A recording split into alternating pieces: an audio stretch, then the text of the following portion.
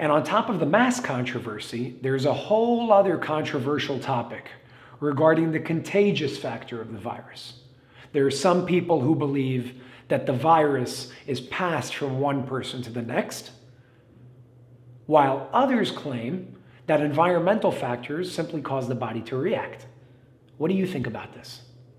In our medical culture and in our culture in general, it is believed that the only way to get an illness is if someone passes it to you.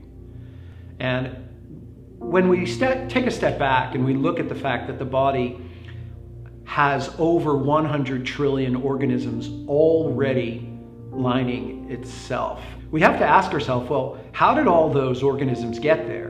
Because they didn't all get there from people. They got there because we breathe them in, we eat them, and they land on our skin. And what that shows is that we can be exposed to hundreds of trillions of organisms and not get sick. We can be exposed to viruses, breathe them in, eat them, and not get sick. And so we walk around thinking that we don't have any organisms in us.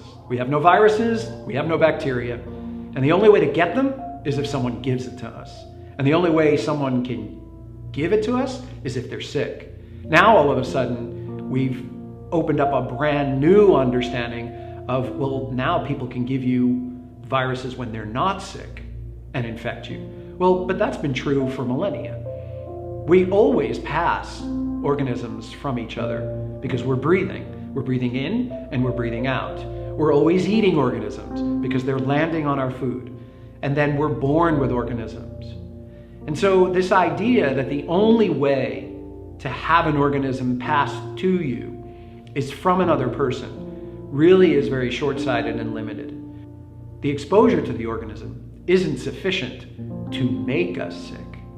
And the fact that we have over 100 trillion microorganisms on our body is proof that exposure to organisms is not sufficient to make us sick. I mean, having worked as a physician in medicine for over 30 years, I've been exposed to kids who were puking and spitting and coughing and dripping mucus all over me all the time.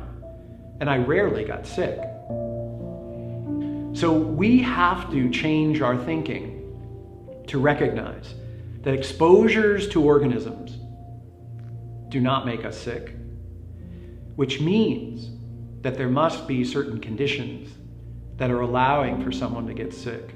So microorganisms are not just subjected to us in what turns them on and turns them off.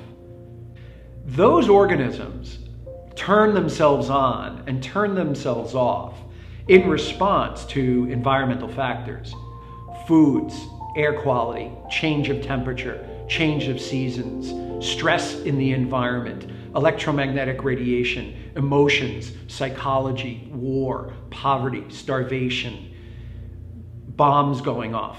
Many things in the environment that microorganisms are subjected to, same way human organisms, our animals, our plants, are all subjected to the external forces around us. So a group of 20 women can live in a dorm, they can work in an office together.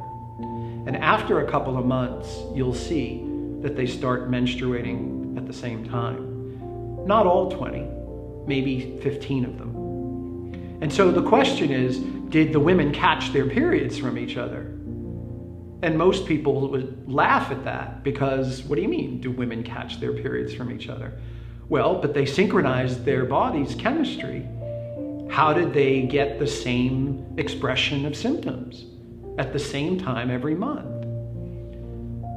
We don't believe that the women popped their periods out of their bodies and passed it to another person.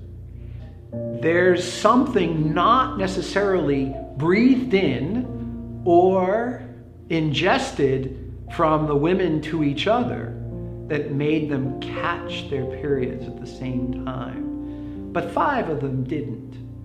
And so we suspect that if you're not sick with the organism, you don't have the organism. And that the only way to be exposed to the organism is if someone sick gives it to you. And then, of course, you're guaranteed to get sick because the person who's sick must be infectious and give it to you. When in fact, we see holes in that line of reasoning all the time. So we have to start embracing the understanding that we may be exposed to organisms that make us sick long before we're exposed to the people who make us sick. And there are external forces that synchronize amongst members of society that trigger the initiation of those organisms to cause illness. You know, that example you gave about the menstrual cycle is genius, because it really gives a first-hand example that we can all understand of how something can appear to be contagious when we know that it isn't. Now, my next question for you is in regards to censorship. Censorship has been on the rise, and especially recently, doctors have been coming out and speaking out about many controversial topics. And time again, they're censored, they're arrested, they're fired.